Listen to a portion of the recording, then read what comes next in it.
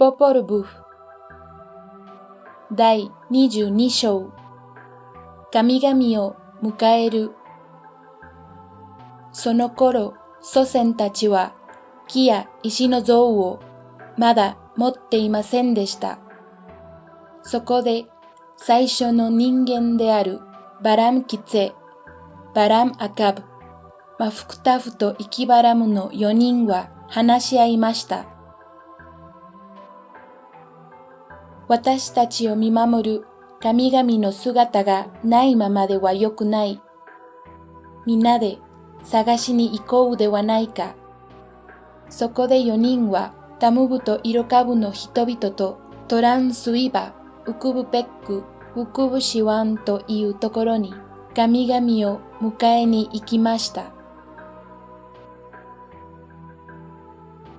その人々の数は数えきれないほどたくさんいました。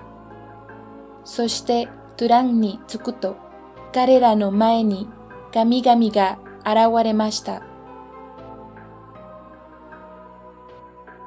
まず、トヒルという神が現れました。バラム・キツェはこの神を肩に担ぎました。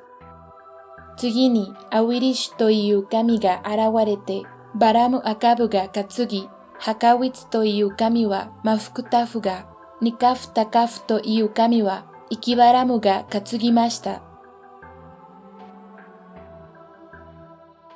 こうしてキチェ部族も、タムブ部族も、イロカブ部族もトヒルを神として迎えました。それでこの3部族はバラバラにならなかったのです。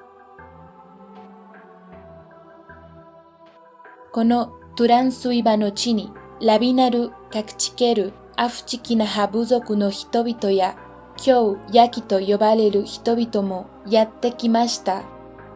けれどもこの人たちの言葉は変わってしまい、互いに理解できなくなりました。彼らは獣の皮を着て貧しく何も持っていませんでしたが、超能力を持った人たちでした。